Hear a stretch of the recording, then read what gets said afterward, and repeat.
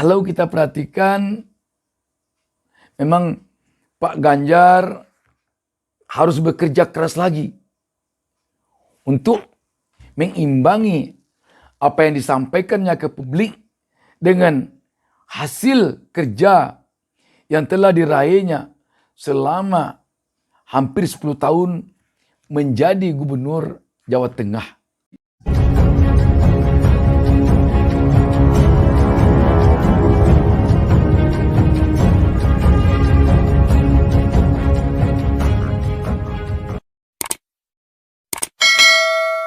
Assalamualaikum warahmatullahi wabarakatuh.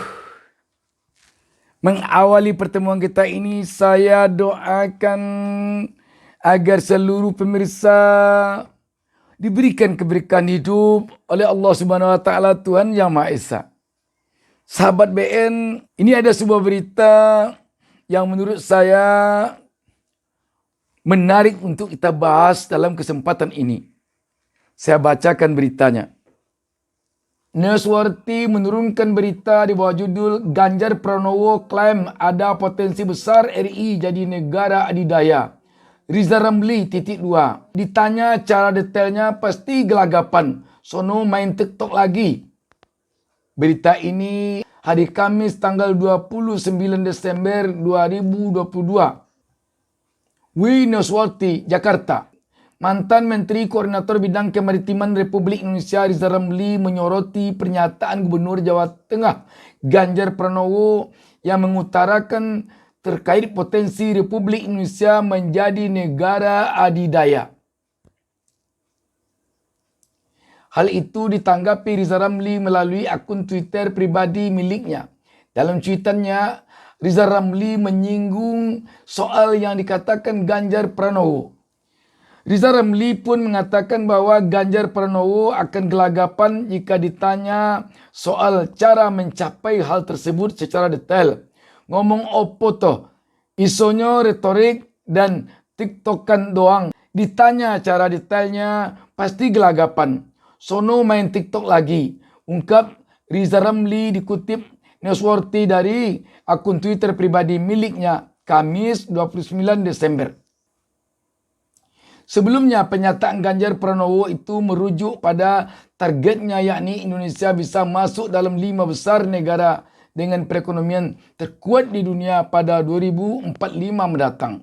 Sementara itu, salah satu warganet kerap menyoroti pernyataan Ganjar Pranowo yang melalui postingan akun Twitter pribadi miliknya itu. Warganet tersebut menyinggung postingan Ganjar Pranowo terkait peluang Indonesia jadi negara adidaya yang tidak banyak direspons. Menurut warganet tersebut mengherankan lantaran dalam kurun waktu 16 jam, cuitan Ganjar Pranowo hanya mendapat respon berupa 714 likes dan 105 retweet. Katanya bakal capres. Postingan sudah 16 jam, cita-citanya teramat besar dan mulia, yaitu mewujudkan Indonesia menjadi negara adidaya. Tapi kok sepi peminat? Why? Adakah yang salah dengan cita-citanya? Ujar warganet dengan akun @bospurwa.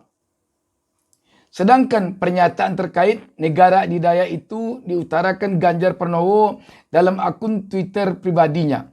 Ganjar Pranowo mengatakan bahwa saat ini ada peluang besarnya mewujudkan Indonesia jadi negara adidaya. Peluang besar itu kita miliki saat ini untuk mewujudkan Indonesia sebagai negara adidaya.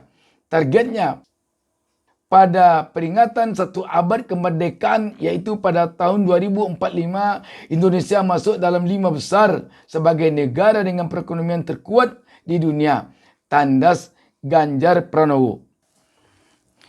Sahabat BN, sebagai seorang tokoh, memang dia harus punya cita-cita dan punya misi besar dan jauh ke depan. Dan itu tampaknya yang sedang dilakukan oleh Pak Ganjar Pranowo yang akan maju menjadi Capres 2024 mendatang. Kalau kita tidak keliru, telah menjadi bakal Capres setelah dideklarasikan oleh PSI baru lalu. Namun sahabat BN memang selaku seorang tokoh, ketika dia bicara A, orang akan mencari apa nilai plus minusnya dari apa yang disampaikannya itu.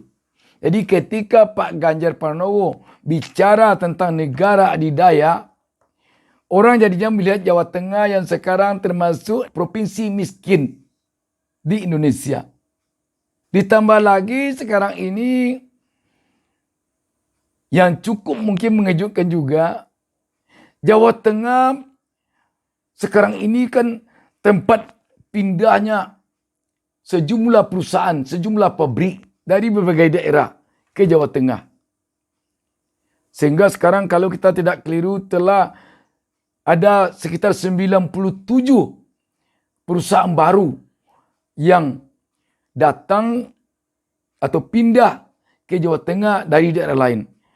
Itu dari satu sisi tentu cukup membanggakan sekali, cukup mengagumkan sekali. Tetapi ternyata di sisi lain besar kemungkinan kepindahan pabrik-pabrik atau perusahaan itu ke Jawa Tengah dilatar belakangi oleh upah buruh atau upah pekerja atau UMP, upah minimum provinsi Jawa Tengah adalah yang paling kecil dari seluruh provinsi di Indonesia. UMP untuk provinsi di Pulau Jawa tahun 2023, Provinsi DKI Jakarta 4,9 juta, Banten 2,66 juta, Jawa Barat 1,98 juta, Jawa Tengah 1,95 juta, Jawa Timur 2,4 juta, Jogja 1,98 juta. Jadi memang untuk Pulau Jawa yang terendah memang Jawa Tengah, dan untuk Indonesia juga yang terendah Jawa Tengah. Jadi alasan pengusaha pebisnis memindahkan perusahaannya ke Jawa Tengah adalah untuk mendapatkan buruh yang upahnya bisa digaji rendah. Buruh atau pekerja yang bisa digaji rendah. Kalau begitu tentu memprihatinkan sekali. Semua orang juga bisa, semua provinsi juga bisa mendatangkan perusahaan banyak ke daerahnya. Kalau di daerahnya UMP-nya memang terendah dibanding ke daerah lain. Apalagi kalau di sana gratis saja UMP. Misalnya tenaga kerja tidak bayar di sana, mungkin bergeduru, berbondong-bondong perusahaan masuk ke sana. Jadi dalam hal ini, kalau kita perhatikan, memang Pak Ganjar harus bekerja keras lagi untuk mengimbangi apa yang disampaikannya ke publik dengan hasil kerja yang telah diraihnya selama hampir 10 tahun menjadi gubernur Jawa Tengah. Kalau nanti rekam jejaknya tidak sesuai dengan apa yang dikatakannya ke publik, tentu rakyat akan dengan mudah mematahkan ide-ide yang dikemukakan oleh Pak Ganjar. Kita tentu ingin seluruh tokoh-tokoh yang maju ke kontestasi politik tahun 2024 nanti betul-betul fit untuk fight secara fair.